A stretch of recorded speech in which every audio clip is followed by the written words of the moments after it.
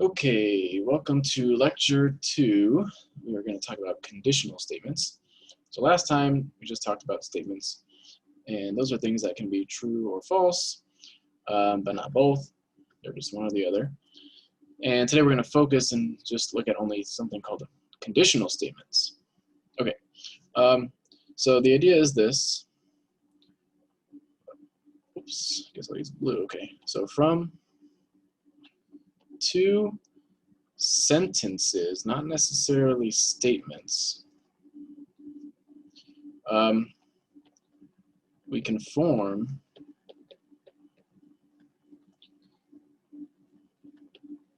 a conditional statement.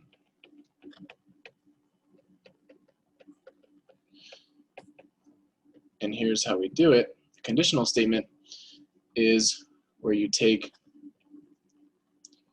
one sentence and another sentence and you write the words if then between them, which is one of the form, so it looks like this. If some sentence, then some other sentence. And then what people like to do is they like to label sentences with letters, but it gets a bit confusing. So I'm going to use P and Q. It gets confusing because they also like to use P and Q exclusively for statements sometimes, but we're going to also use them for sentences. So the point is that a conditional statement looks like if something, then something else, or each of those somethings are sentences, and the whole thing is the conditional statement, which can be true or false. And whether it's true or false will depend on the relationship between P and Q, typically. Okay. So before we get more into that, let's just think more about this notational stuff. So we can call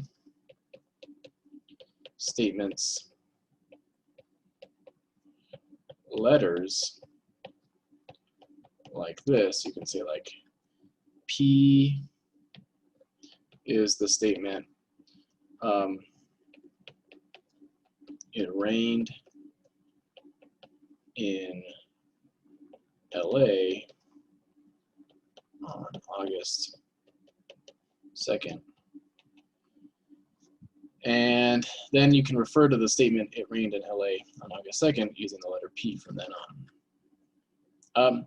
But you don't have to have statements to use the letters. You can call other things letters too, as we'll see. But then you can do another one. You could say like, my car is red.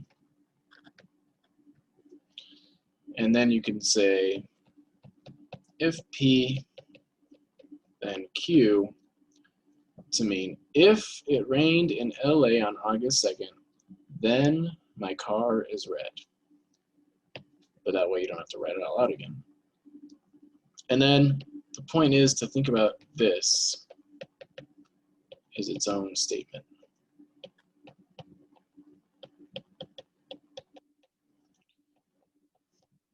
And in this situation, P and Q both are statements. And the if then is another statement that you build out of it. But if P, then Q can still be a statement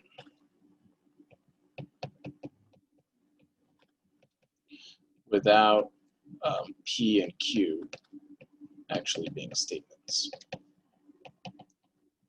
So that's the more interesting part.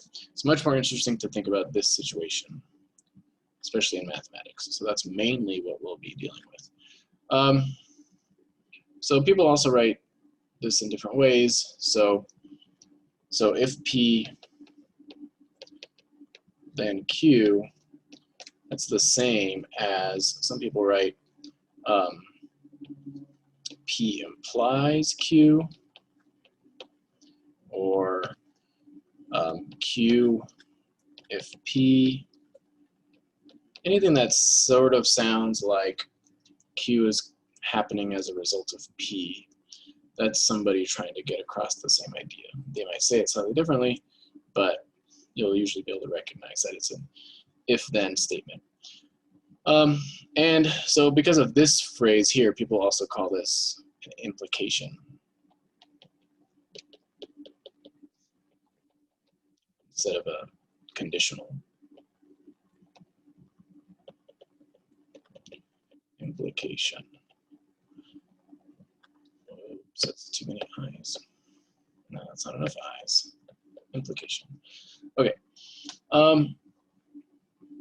So if we think about a statement like this,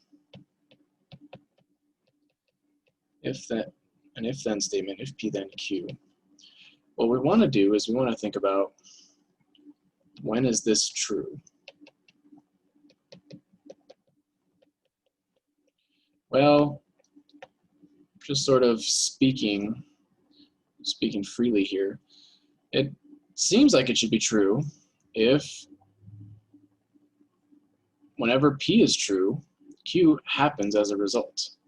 That's what it would make sense. That's what would make sense, right? To say if this happens, then this happens. That should be true if exactly what you just said actually happens. That is, the first thing happens, causes the second thing to happen. Okay, so we'll look at lots of examples to study this idea. All right, let's see. A little bit more notation, sorry. One more thing. We have to name a few more things. The if part is called the hypothesis or assumption. And the then part is called the conclusion.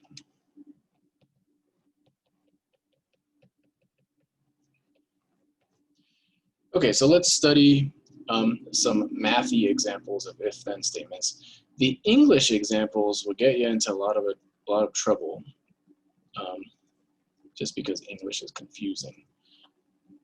But the math stuff is pretty. It could be difficult, but it's always like unambiguous, which is nice. Okay, so let's look at some examples. So in this situation, I'm going to call P, X is an even number. Now remember, this is not a statement, actually. So this is definitely not a statement, because it being true depends on what type of thing X is. If X is an even number, then X is an even number is a true statement. So this is technically not a statement. Neither is this. Q will be X squared is an even number. So neither of these are statements. Because again, X squared being an even number could be true or false depending on what X is. If you said 5, then it would be false. But together, we can create a conditional statement. If P, then Q is a statement. It's a conditional statement. So although neither the hypothesis nor the conclusion are statements on their own, the entirety is a statement. Okay, so in this situation, the whole thing would be if X is an even number, then X squared is an even number.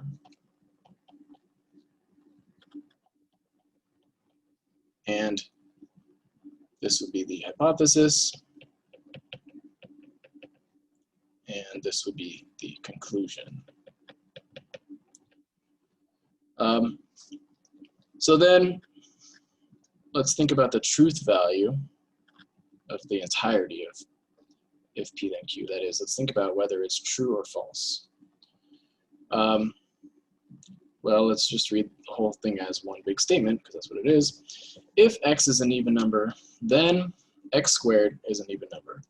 Now, although we're not going to prove this statement, I hope you can believe it just because of familiarity with even numbers. If you square them, they should stay even, and they do. So yes, this is true. And it's really true because of what?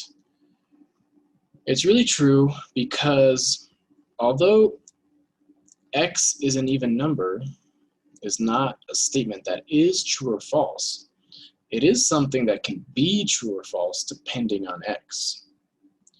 And so what we're doing is we are dealing with the situation in which it is true. We're only thinking about that situation. It's true because when P is true, right? Again, it's something that can be true or can be false depending on whatever value you plug in, but the entirety of the statement is true because when P is true, Q is true as a result. And again, Q is not a statement, so it's not something that is true or false, but it is something that can be true or false depending on x. So the point is that the way we assess whether this is true or not is by thinking about only the situation in which P is true, and then seeing if Q is true as a result. Okay, so then labels are just placeholders, so we can also think about other things. So I can also write this backwards. So what about if Q then P? Let's think about that statement for this specific example. That would be saying if x squared is an even number, then x is an even number.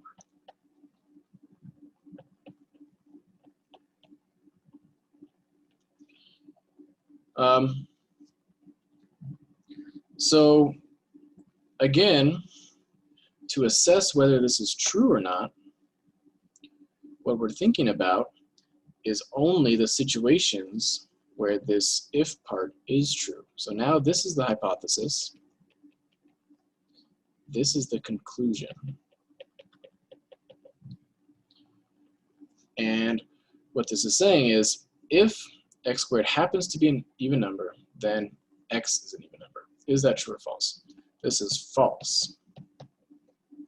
Because I can think of a situation where P is true,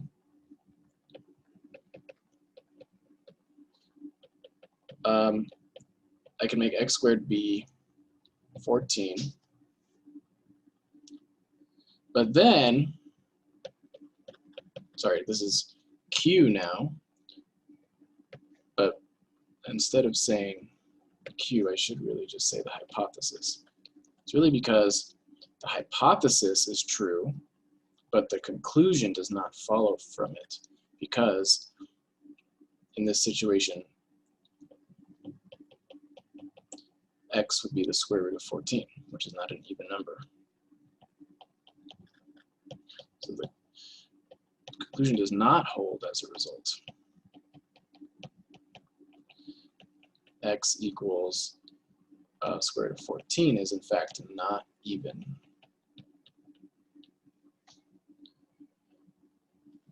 So this is the basic idea of a biconditional statement being true or being false. So a little bit more notation to help us write things faster. So we also write P arrow Q, or sometimes you'll see a double arrow. That's okay too, but I'm going to use the single arrow because it's easier to write quickly. So we also write this to mean if P, then Q. So then, just for short, what we've decided right now is that this thing, as its own statement, is true if whenever P happens, Q happens. But it's false if P can happen in some way, but Q does not.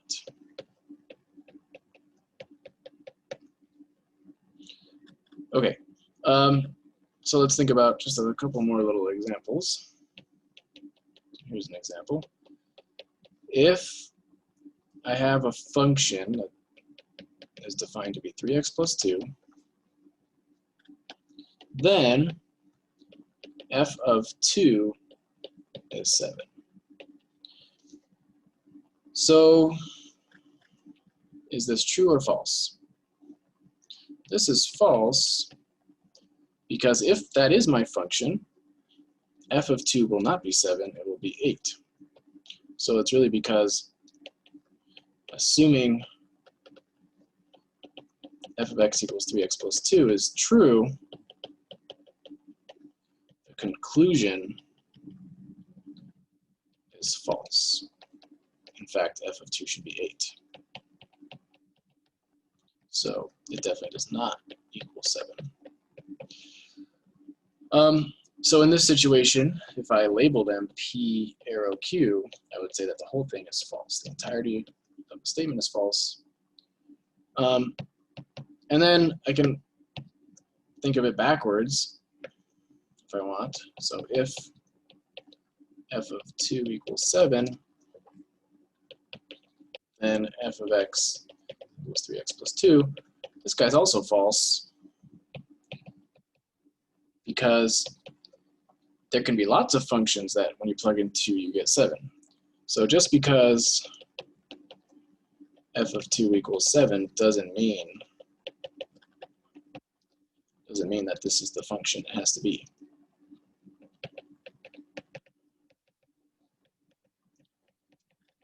So again, this guy is false. But now I guess I'm using the same sentences, so I'll rechange the label and make it be Q right arrow P. So this time it's false because it doesn't really matter what the labels are, it matters their position. So it's still because the hypothesis being true does not make the conclusion true. So there's lots of different situations. So here what we've seen is that neither part of the statement, neither one implies each other. If one happens, it doesn't make the other happen in either direction. But up here, we've seen that one of them does imply the other. So in this situation, x being an even number does force x squared to be an even number, so that's why the if then is true. But then if I reverse it, it's not necessarily true anymore. So if you have two sentences, one could imply the other, or vice versa, or they could both not imply each other. You just have to check. Okay, so moving on, let's see. Sorry, let me reference my notes. Okay, so yeah, let me write down a couple more examples just for practice.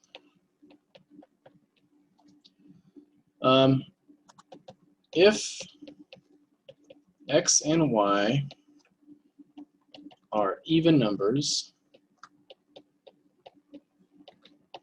then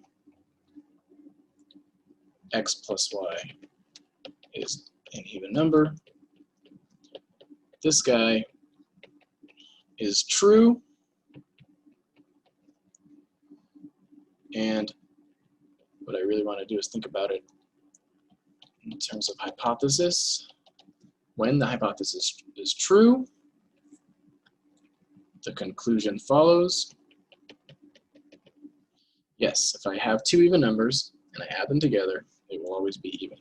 So that's why this is true.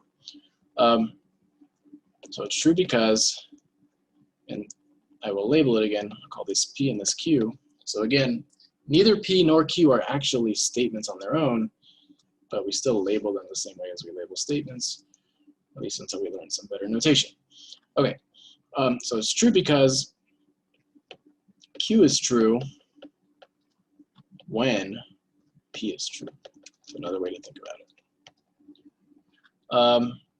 It has nothing to do with whether they're independently true. It's all about their relationship to each other. Okay, so X and Y, they could be odd numbers, but we don't care if that's happening. We care about the situation in which they are even numbers. Okay, so we only care about if Q is true after P is true.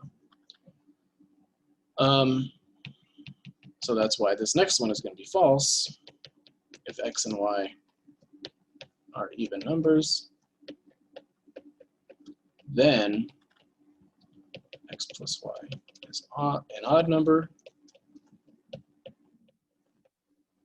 So it's false because this time Q does not come from P.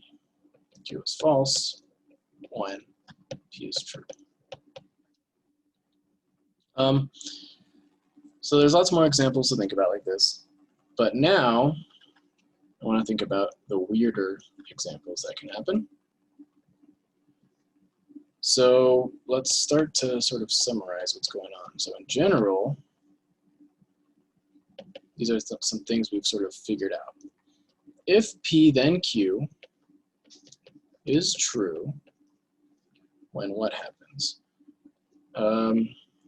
I'm going to hint at something by using the letters T and F instead.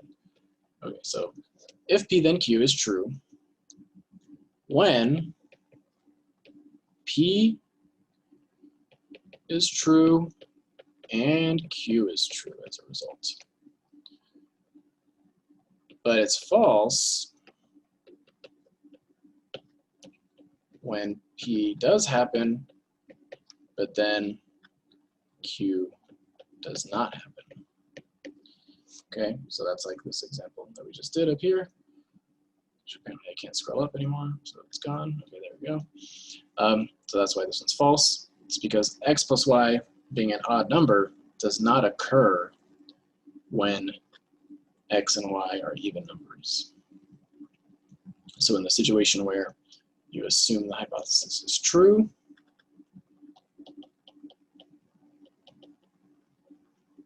you don't care if it's false, you're just assuming it's true.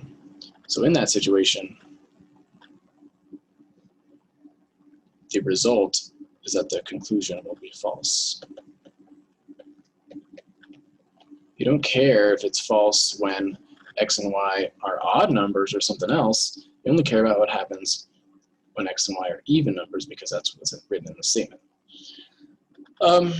Okay, so this is a bit weird because it doesn't cover all the situations. So we have two situations here, and I want you to look closely at this part of it because something else could happen. What happens when P is false and then Q does happen? Or what happens if they're both false? So P doesn't happen, and neither does Q. So what does that mean about the statement? So like, it would be super weird. So like, That would be like saying, okay, if X, I'm saying the statement, if X and Y are even numbers, then X plus Y is an odd number. But what happens if I plug in odd numbers and then the result holds? That's what would be going on up here. So if I did like X equals 3, Y equals 3, then I have two odd numbers equaling an even number. So what's going on is that the hypothesis is false, and so is the conclusion. But what does that mean about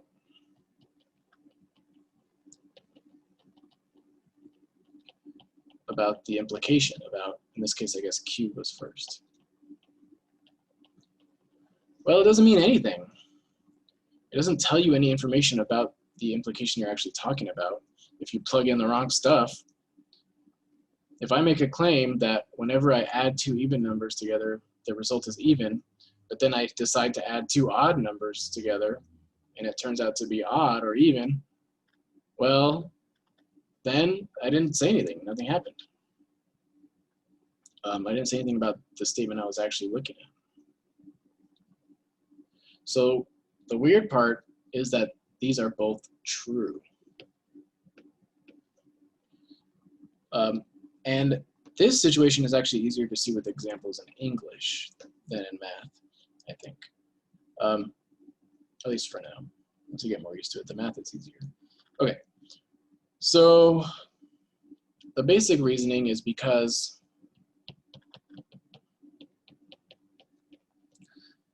when you plug in the wrong stuff, or when you make P be false,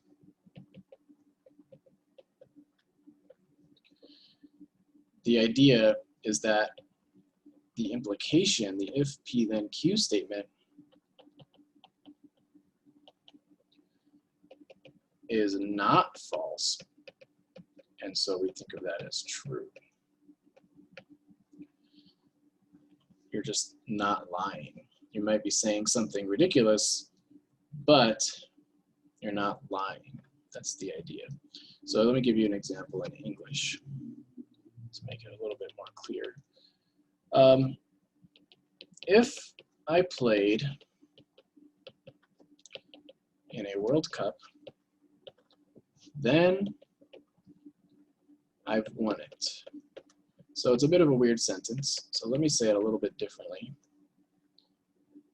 And you tell me if I'm a liar or not. Have I lied to you by saying this? I've won every World Cup that I played in.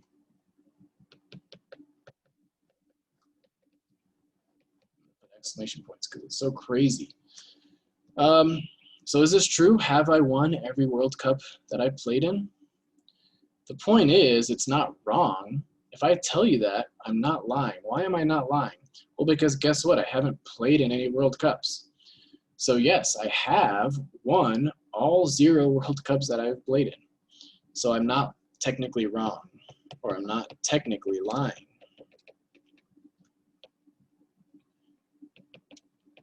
I'm not technically a liar.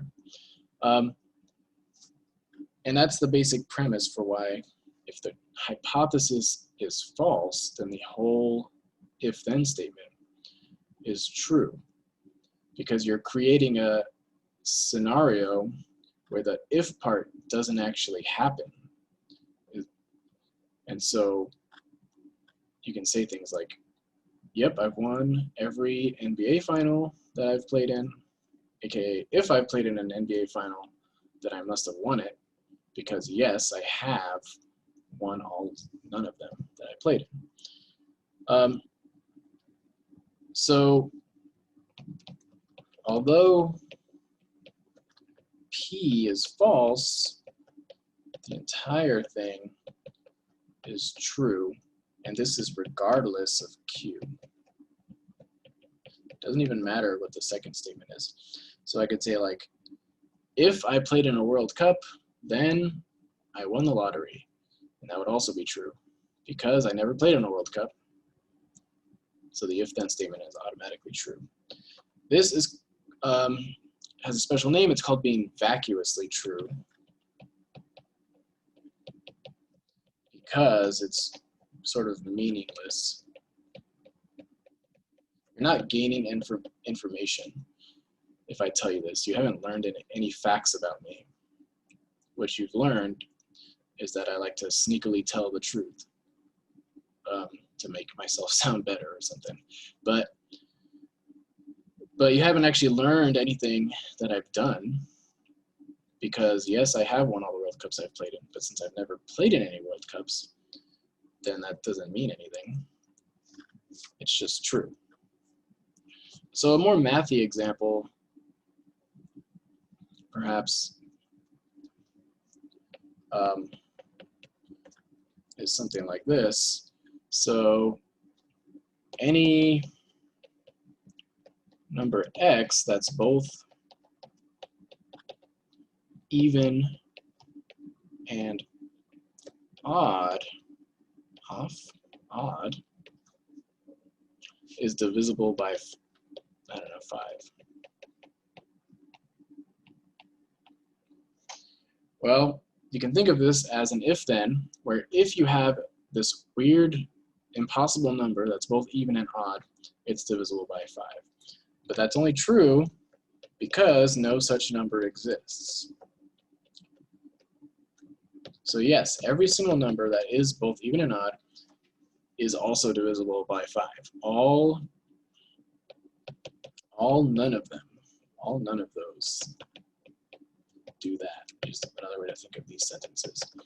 None of these things do have that property, sure. So that's why it's considered true. So yeah, it's a bit strange to get used to these vacuously true statements, but luckily they're not too important. They're just sort of this technical thing, but they are fun to say, I guess. Okay, so next what we do is we create something called a truth table. So we organize the possible truth values, meaning when a statement could be true or false depending on the sentences inside of it. So we organize the possible truth values of a conditional statement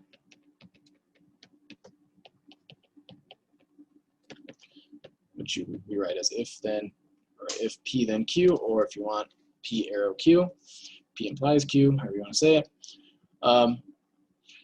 So we organize the possibilities of this thing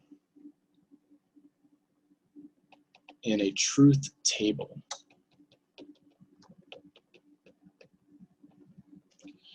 So the way it works is what we're going to do is we're going to write when this guy will be true or false depending on when P and Q are true or false. Okay, so we're going to put some stuff over here. We're going to build up from left to right though. So let's erase this. I'm just previewing how it's going to look. Okay, so first, if you only have one statement, then we'll just call that statement P. So P could be true or false, and that's it. So that is the truth table for one statement. It's either true or it's false. If you have two statements, then what we want to do is we want to write down all the combinations that could occur. So for example, it could both be true. P could be true, but Q could be false. Oops, why did I write a Q? Or vice versa. P could be the false one and Q could be the true one. And then you could have them both be false.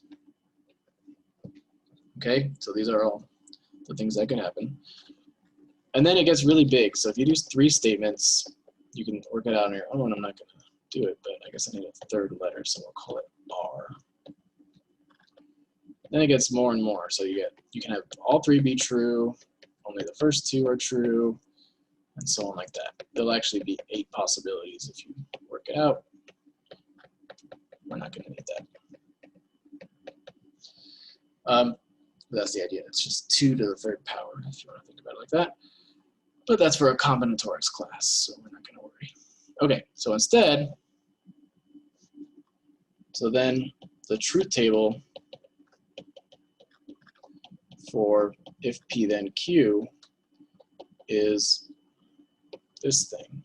So because the truth value of if P then Q depends on the 2 sentences inside of it, P and Q, what we have to do is we have to write down all 4 possibilities that could occur. So those are these 4 again.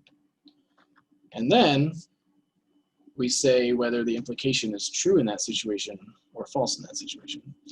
So if P and Q are both true, then that tells us that the if then is true, because if P is happening, then Q is happening. But if Q doesn't happen, then the implication is false. And that's exactly what we said before. So this is sort of like saying if x even, x squared even, this is like saying if x odd, x squared is even. So the conclusion is true, but the hypothesis is true, but the conclusion is not. And then these guys are the vacuous truths.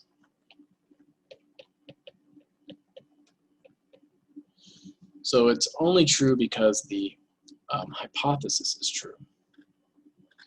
I mean, it's false in the first place. Okay, so that's the truth table. And the idea is we only ever care about these situations.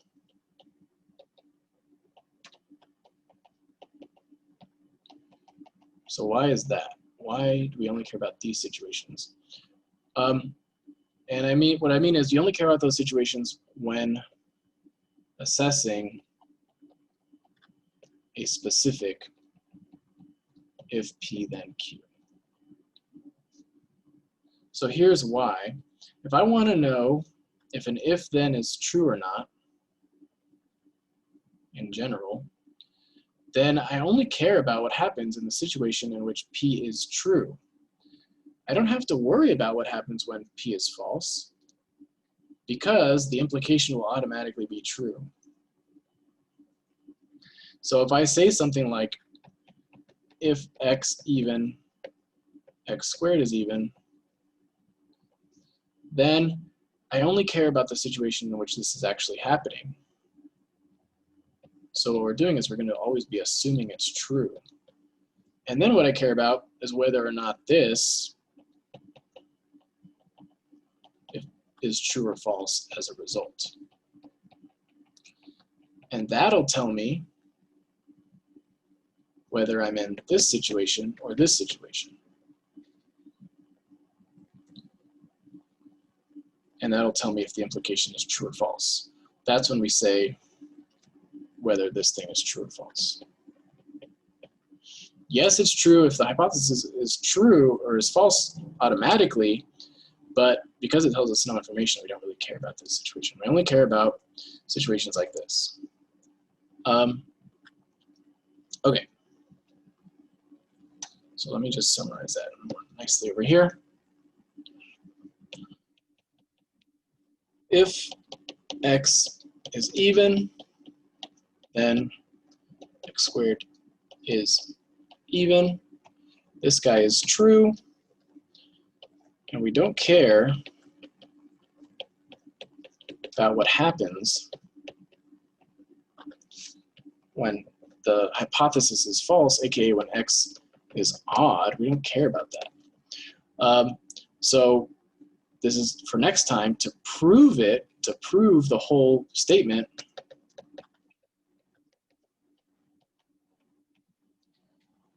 What we do is assume P is true. The only time we wouldn't assume it's true is if it was something that was never true. But this is something that could be true. X could be an even number. So we only care about the situation in which it is true, so we assume it's true and show the conclusion is true as a result. And this is how proofs will actually work. So we're going to get into that next time. Meanwhile, to show something is false, that's of this form. So if I say if x is even, then x squared is odd. It's false, but we still don't care about what happens if x is odd. That's not what matters. Instead, what matters is we still assume P is true, the sentence x is even, and then find a situation where Q is false as a result. It might be false a lot, it might only be false once or something, but the point is, if the whole if-then statement is false, it must mean that you can find a situation where this is true, this happens, but then this does not happen. So in this situation, it happens a lot. So for example, and I would also call this a counterexample to show why it's false, x could be 4, x squared would then be 16, which is not odd. So even when I'm showing something is false, I'm still working under the condition that P is true. And I'm finding a situation where P is true, but Q is not true. And that'll only be able to happen if the entirety of the statement, the entire conditional, the entire if-then statement, if that guy is false, that's when you'll be able to do something like this, find a situation where P is true but Q is false. That's exactly what the truth tables told us. But if it's true, you'll never be able to find such a situation. So instead, you'll have to prove that it is true, which requires some techniques of learning how to prove things. Okay, so that is for next time when we get into proofs. That's it for today, so see you later.